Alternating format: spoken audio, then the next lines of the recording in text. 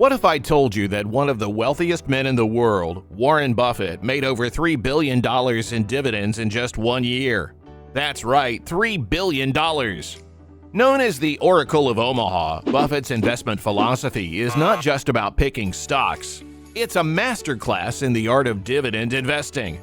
From his iconic investments in Coca-Cola and Apple to his unshakable belief in American Express, we'll explore how Buffett's dividend strategy shapes his vast empire, what makes dividend stocks a cornerstone of Buffett's investment strategy, and how can you apply these principles to grow your own portfolio?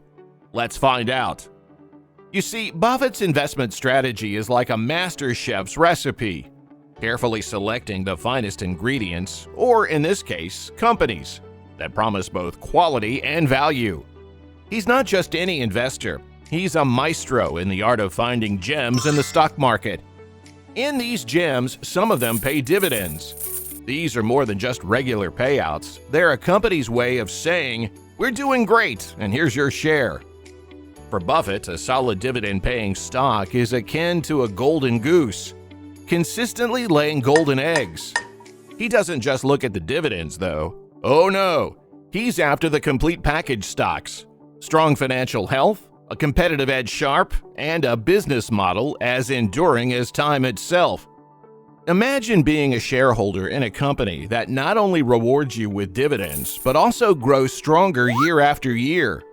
That's the kind of company Buffett loves. With their nearly impenetrable moats, these businesses aren't just surviving, they're thriving, offering predictable returns that would make any value investor's heart sing. And this is where the magic of compounding comes in, a concept Buffett holds dear. Picture every dividend you receive is like a seed. Reinvest those seeds, and they sprout into more dividend-bearing stocks. Over time, this snowball effect can turn your investment into a mountain of wealth. It's like planting a tree and watching it grow into a forest. That's the power of patience and long-term thinking in dividend investing. So, what lures Buffett to these dividend-paying champions? It's simple. Consistent dividends are like a beacon of financial stability. They signal that a company isn't just surviving, it's flourishing, with cash flowing like a mighty river and a management team as wise as they are confident. Buffett scrutinizes a company's dividend track record and its payout ratio, the slice of earnings given back to shareholders. Too high, and it's like a cake with too much icing. Seemingly good, but potentially hiding flaws. It's just right, and a perfect balance, promising growth and rewards. But here's the twist. Why doesn't Buffett pay dividends at Berkshire Hathaway? Why does the Oracle of Omaha, a champion of dividends, choose a different path for his own company? Buffett isn't just playing the investment game, he's playing 3D chess. While attractive to many, dividends are not the only way to reward investors. Buffett understands this deeply. He sees the bigger picture.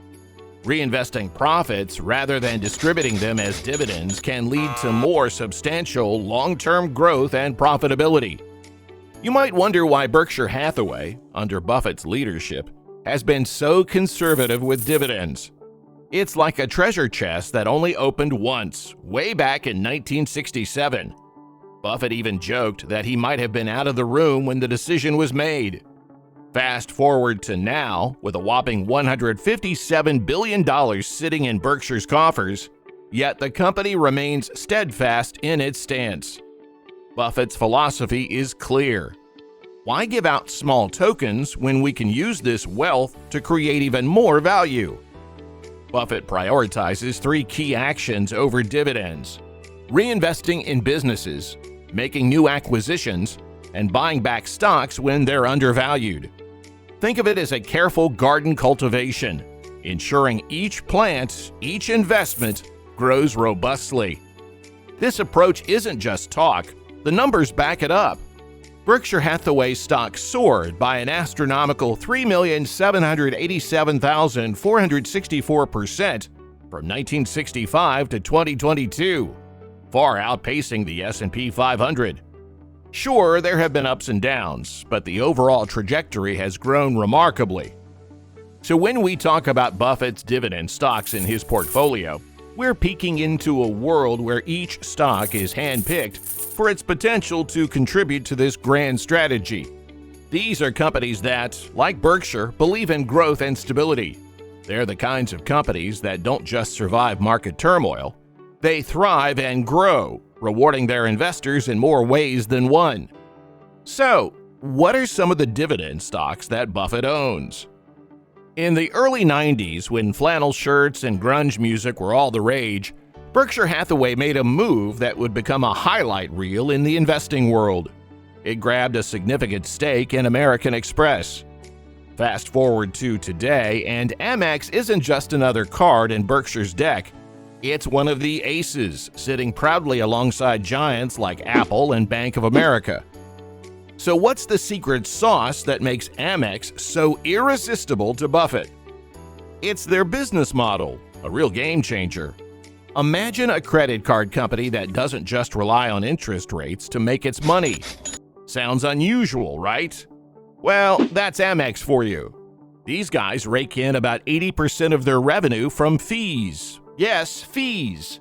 They charge both the people using their cards and the places accepting them. And we're not talking about your average Joe here. Amex has charmed its way into the wallets of the well-off and big businesses, who love using their cards for everything from jet-setting around the globe to dining out at fancy restaurants. Every swipe is like a cha-ching in the Amex cash register. Now, let's talk about dividends. For the past 20 years, Amex has been upping its dividend game like a pro, growing these payouts at 8.4% annually. Sure, their yield is at 1.28%, which might not turn heads at first glance. But here's where it gets interesting. They have a super low payout ratio of just 26.6%. This means they're handling their cash like a boss, keeping enough to fuel their growth while still giving their investors a nice pat on the back. Peering into the future, things are looking bright and shiny for Amex, with a revenue growth forecast of around 9.5% for 2024. It's like they're on a financial runway, ready for takeoff. And when it comes to increasing those cash handouts to shareholders, Buffett has given it a big thumbs up. He hinted that Amex will keep dazzling with its dividend magic in the coming years. Now, this is the titan holding up nearly half of Berkshire's portfolio. This isn't just a casual fling, it's a full-blown investment romance. And here's the kicker. Even with a modest dividend yield of 0.5%, Buffett's massive stake of over 915 million shares turns this into a veritable gold mine. But wait, there's more to Apple's dividend story. Over the past decade, Apple has steadily increased its payouts, almost like it's on a silent mission to surprise and delight its investors. We're talking about a 9% annual growth in dividends. This isn't just good news, it's a sign of a thriving, robust company. Now, let's dive into the numbers that really make Apple shine. Apple is playing it cool with a payout ratio of just 15%. They're not just dishing out dividends left and right. They're calculating, ensuring their dividends are sustainable. This low payout ratio is like a safety net, ensuring that not only is the dividend secure, but there's also plenty of room for growth. And when it comes to affordability, Apple sits on a treasure chest. With $60 billion in cash and short-term investments, they're more than ready to keep the dividends flowing. Speaking of storms, let's talk about resilience. Apple has this uncanny ability to defy the naysayers who predict its downfall. Sure, product sales might have ups and downs, but Apple's services sector is like a phoenix, rising and soaring. Last quarter alone, services revenue jumped by a whopping 16%, setting records across the board, from the App Store to Apple Care, and from iCloud to their payment and video services. In the grand scheme of things, Coca-Cola isn't just another company in Buffett's portfolio. It's a sparkling example of investing in what you know and love in brands that stand the test of time. Let's rewind to 1988. While the world was jamming to the tunes of Michael Jackson and Madonna, Warren Buffett was making one of his most iconic moves. He started buying shares of Coca-Cola, the beverage titan known for its eponymous soda. By the end of 1989, he had amassed a whopping 23.4 million shares, valued at around $1.8 billion. Talk about making a splash! But Coca-Cola? That's not just about the world-famous secret recipe cola. This company is like a global party host, serving a diverse menu of beverages.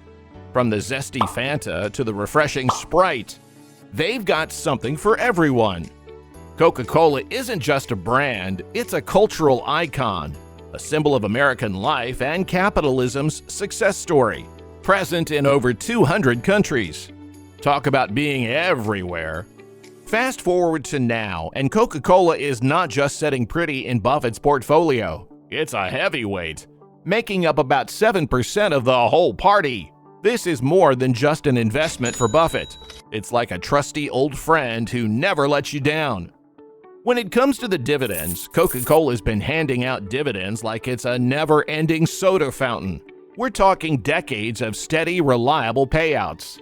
As of December 2023, Coca-Cola's dividend yield stood at a refreshing 3.14%, a testament to the company's enduring appeal and its commitment to keeping its investors happy and hydrated with returns. As we wrap up, what can you take from Buffett's playbook? How can his wisdom in dividend investing inspire your financial strategies? Let us know in the comments, and thanks for watching.